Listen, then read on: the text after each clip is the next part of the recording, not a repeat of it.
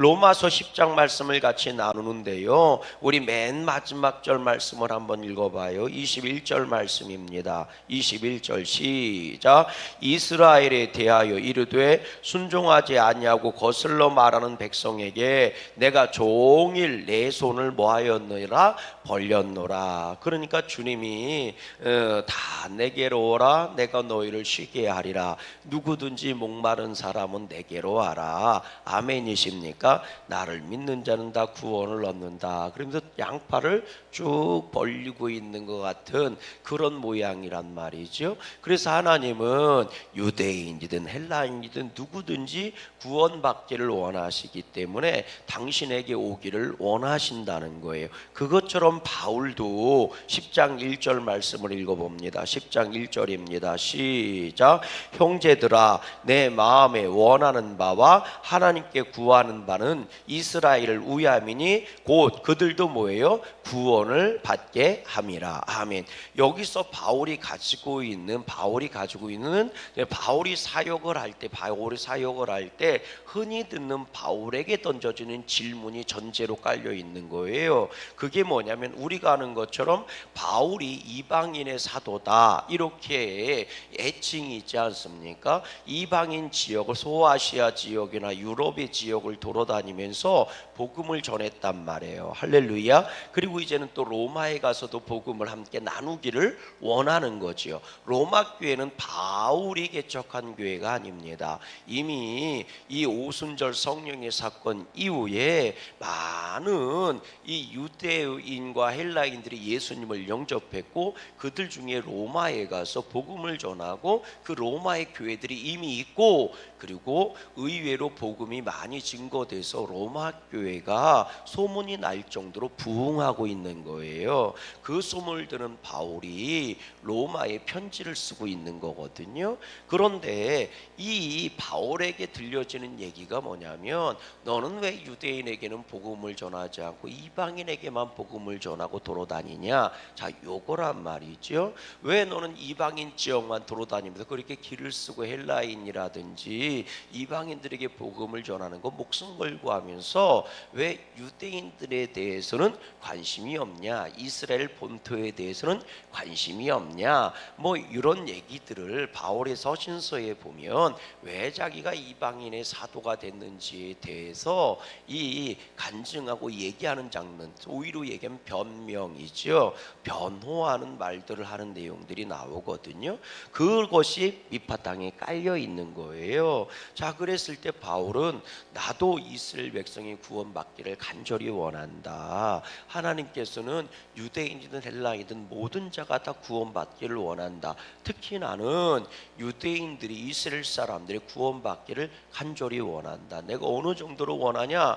내가 설령 구원에 끊어진다 할지라도 내 백성의 구원받기를 간절히 소원하고 원하고 있다. 이렇게 얘기하고 있는 거거든요. 그런데 이 유대인들도 구원을 받아야 되는데 문제는 왜 유대인들이 가로막음이 되고 있고 왜 유대인들이 예수님을 죽이고 복음의 걸림돌이 되고 있느냐? 왜 그들이 구원을 받지 못하는 구원의 역사가 지금 안 나타나고 있느냐에 대해서 바울이 의라고 하는 한 말을 가지고 설명을 하는 거죠. 우리 3절 말씀을 한번 읽어보세요. 그래서 10장 전반부에는 의라고 하는 말이 키워드처럼 많이 등장을 합니다. 3절입니다. 시작. 하나님의 의를 모르고 자기 의를 세우려고 힘써 하나님의 의에 복종하지 아니하였느니라. 4절. 그리스도는 모든 믿는 자에게 의를 이루기 위하여 율법의 마침이 되시니라. 5절. 모세가 기록됐을 때 율법으로 말미암는 의를 행하는 사람은 그 의로 살리라 함과 같으니라. 믿음으로 말미암는 의인을 하면서 의라고 하는 말이 계속 반복되고 있잖아요. 그러면서 바울은 얘기하는 거예요. 하나님의 의가 있고 사람들이 자기들이 정한 의가 있다는 거예요. 그러면 하나님의 의로 구원을 받는 거지 자기의 의로 구원을 받는 게 아니라는 겁니다. 그러니까 자기의 의를 이루기 위해서 아무리 그것이 옳다고 기를 쓰고 애를 써도 그 의로는 절대로 구원을 받을 수가 없다는 거예요. 자기 의를 이루려고 애쓰는 게 얼마나 어리석은 거냐면 이런 겁니다. 우리 6절 말씀 보세요. 시작. 믿음으로 말미암는 의는 이같이 말하되 네 마음에 누가 하늘에 올라가겠느냐 하지 말라 하니 올라가겠느냐 함은 그리스도를 모셔 내리려는 것이요. 이게 뭐냐면 직역하면 이런 겁니다. 야, 자기의 의라는 것은 내가 의를 이루어야지 구원을 받지 이거는 행함의 의를 말하는 거예요. 다시 말하면 내가 율법에 나오는 말씀을 그대로 행해야 의로워질 수 있는 거지 라고 하는 얘기는 내가 그 의를 경험하고 내가 그 의를 이루어야 된다는 거니까 이게 이런 얘기입니다. 누가 하늘에 올라가겠느냐? 네 마음이 누가 하늘에 올라가겠느냐? 하늘을 경험해야 하늘을 천국을 갈 수 있을 거 아니냐? 그렇게 어리석은 얘기를 하는데 그 얘기는 네가 올라가서 예수님을 모셔온다 이런 얘기 아니냐? 그게 말이 되냐? 이런 거예요. 지옥으로 그 다음 얘기는 그런 얘기. 누가 무적에게 내려가겠느냐? 하지 말라 하니 내려가겠느냐 하면 그리스도를 죽은 자 가운데서 네가 살려내겠다는 얘기 아니냐? 이게 가능한 얘기냐? 말도 안 되는 얘기다. 그러니까 자기의 의로는 아무리 애를 써도 내가 의를 이루는 것 같고는 죽었다 깨어나도 내가 하늘을 올라갔다가 땅속에 내려갔다가 지옥에 갔다 온다 할지라도 그렇게 이룬다고 해도 의를 이룰 수가 없다 그런 얘기예요. 네가 그리스도를 모셔오기도 하고 끌어올리기도 하고 네가 부활시키기도 하고 그렇게 할 수 있는 게 도저히 아니다. 그거는 그리스도를 조롱하는 거다 이런 얘기입니다. 구원을 네 의로 이룰 수가 없대요. 하나님의 의로 이루어진다는 거죠. 그럼 그 하나님의 의라는 게 뭐냐라고 얘기했을 때 그게 믿음의 의다 이렇게 얘기하는 겁니다. 믿음이다. 9절 말씀 읽어보세요. 시작.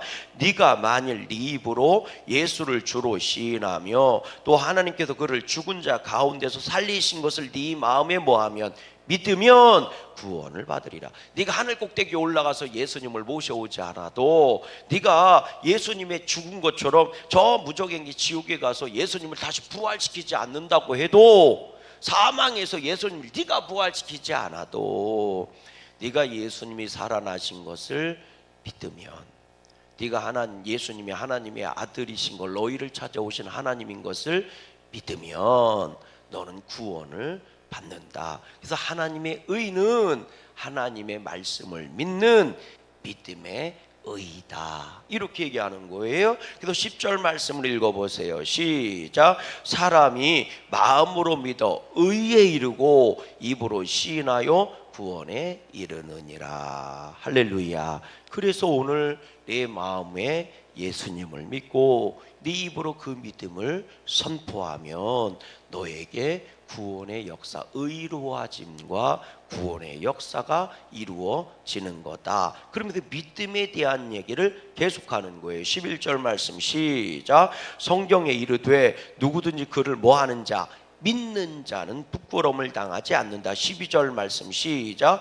유대인이나 헬라인이나 차별 없음이라 한 분이신 주께서 모든 사람의 주가 되사 그를 부르는 모든 사람에게 부여하시도다. 마음으로 믿어 의에 이르고 입으로 시인하여 구원을 얻는다 할 때 마음으로 믿는 게 누구예요? 예수님을 믿고 입으로 시인하는 게 뭐예요? 주의 이름을 부르는 자. 그들은 구원받고 결코 부끄러움을 당하지 않는다. 천국 간다 그 얘기예요. 구원 받는다 그 얘기입니다. 아멘이십니까? 자, 그러면서 13절도 보세요. 시작. 누구든지 주의 이름을 부르는 자는 구원을 받으리라. 그래서 믿음에 대한 얘기를 하는 거죠. 우리들이 잘 아는 게 14절 말씀이잖아요. 시작. 그런즉 그들이 믿지 아니하는 일을 어찌 부르리요? 듣지 못하는 일을 어찌 믿으리요? 전파하는 자가 없이 어찌 들으리요. 보내심을 받지 아니했으면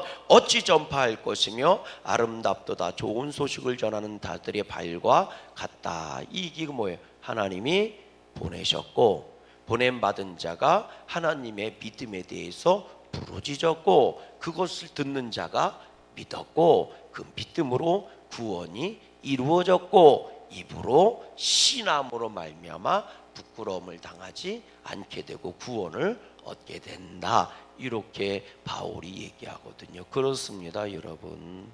오늘 주님이 이스라엘을 보내셔서 이스라엘로 말미암아 그리스도께서 오셨고 그 그리스도를 만난 자들이 구원을 받는 것처럼 나도 그리스도를 위해서 보냄을 받았고 내가 전파함으로 듣는 자들이 구원을 받았다. 그리고 이 복음을 유대인들로 듣고 구원을 받고 헬라인들도 믿고 구원받았으면 좋겠다. 하나님의 모든 손은 유대인과 헬라인을 구분하지 않는다.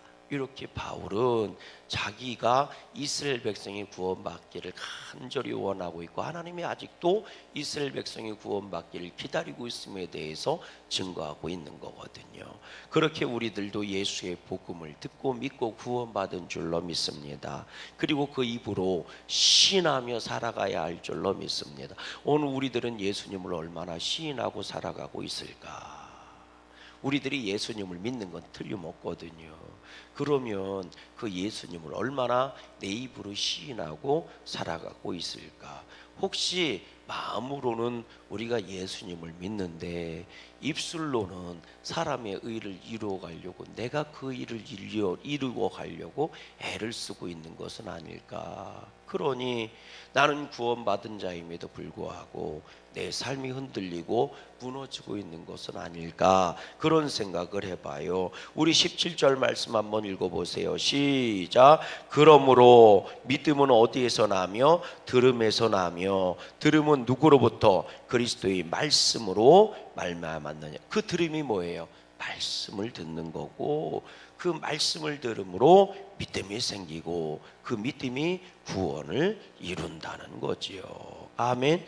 그러면 하나님께서 왜 이방인들은 그렇게 잘 믿게 하는데 왜 유대인들은 저렇게 안 믿냐? 그랬을 때 바울이 얘기하는 거예요. 18절 말씀입니다. 시작. 그러나 내가 말하노니 그들이 듣지 아니하였느냐? 그렇지 아니 그 소리가 온 땅에 퍼졌고 그 말씀이 땅끝까지 이르렀도다. 모세를 통해서도 그 말씀이 나오지 않았느냐? 그러면서 그런 얘기를 하는 거예요. 내가 백성 아닌 자로서 너희를 시기하게 하며 미련한 백성으로서 너희를 노엽게 하였노라. 복음을 이방인들이 받아들이고 그들이 믿음이 구원을 받고 하나님의 자녀들이 된 그 모습을 보고 이스라엘 백성이 시기하고 분노하고 그래서 하나님께 오히려 돌아오게 하려는 것 아니냐, 이렇게 얘기해 주고 있거든요.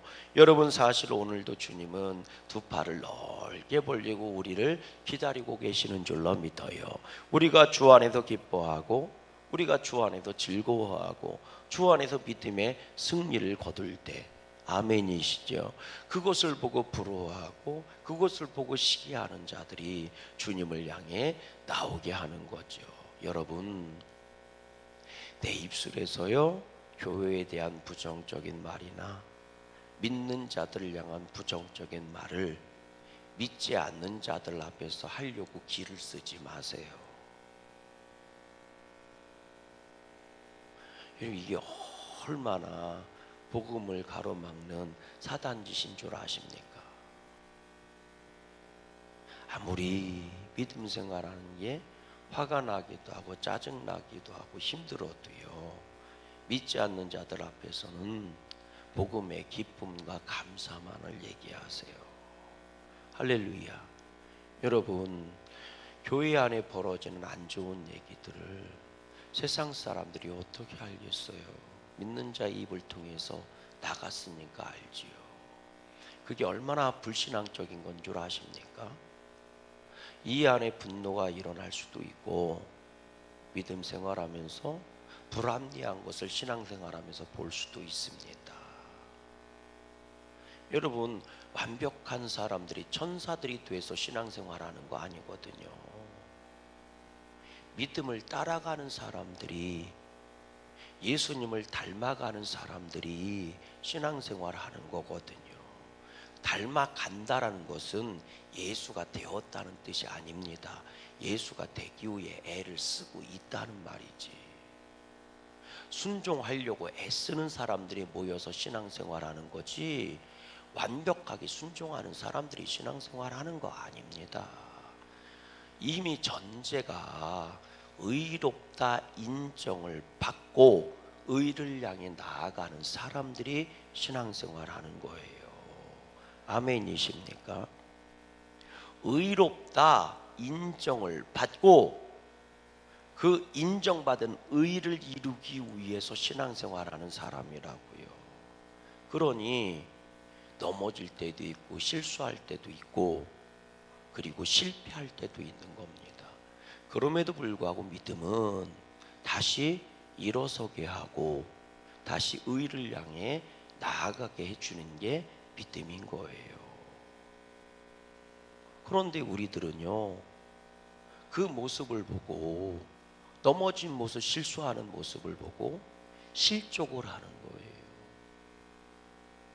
그래서 실족했으면 하나님께 와서 실족을 이기고 시험을 이기고, 나는 하나님 그런 실족과 실수를 범하지 않도록 은혜를 달라고 구해야 되는데, 아멘이십니까?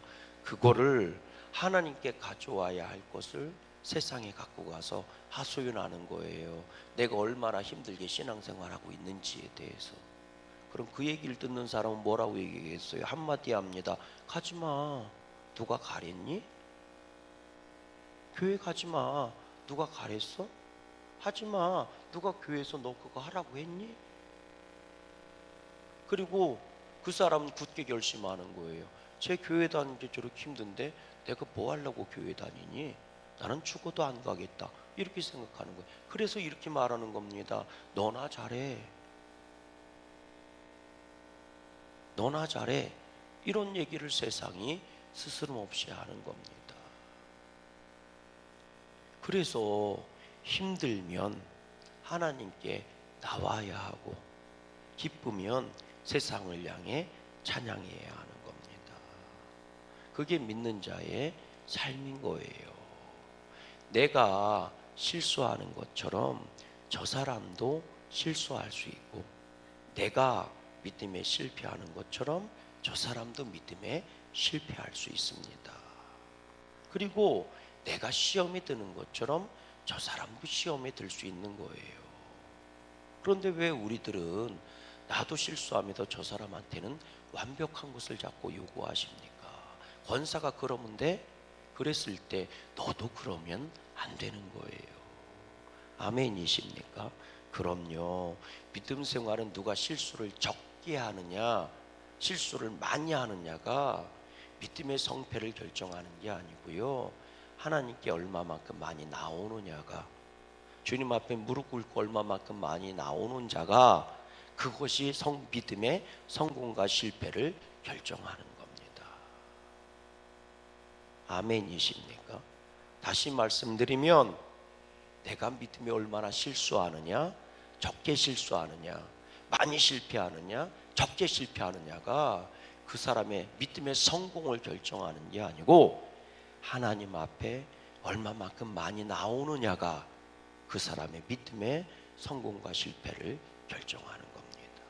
내 의의를 내려놓고 내 판단을 내려놓고 하나님의 믿음의 의의를 내 안으로 채우세요. 주의 이름을 부르는 자가 구원을 받고 주의 이름을 부르는 자가 부끄러움을 당하지 않는 것입니다. 내 안에 주님을 믿는다면 내 입술로 주님을 그만큼 더 많이 부르짖으세요. 믿음의 성공과 실패는 주의 이름을 얼마만큼 많이 부르짖느냐에 결정되는 겁니다.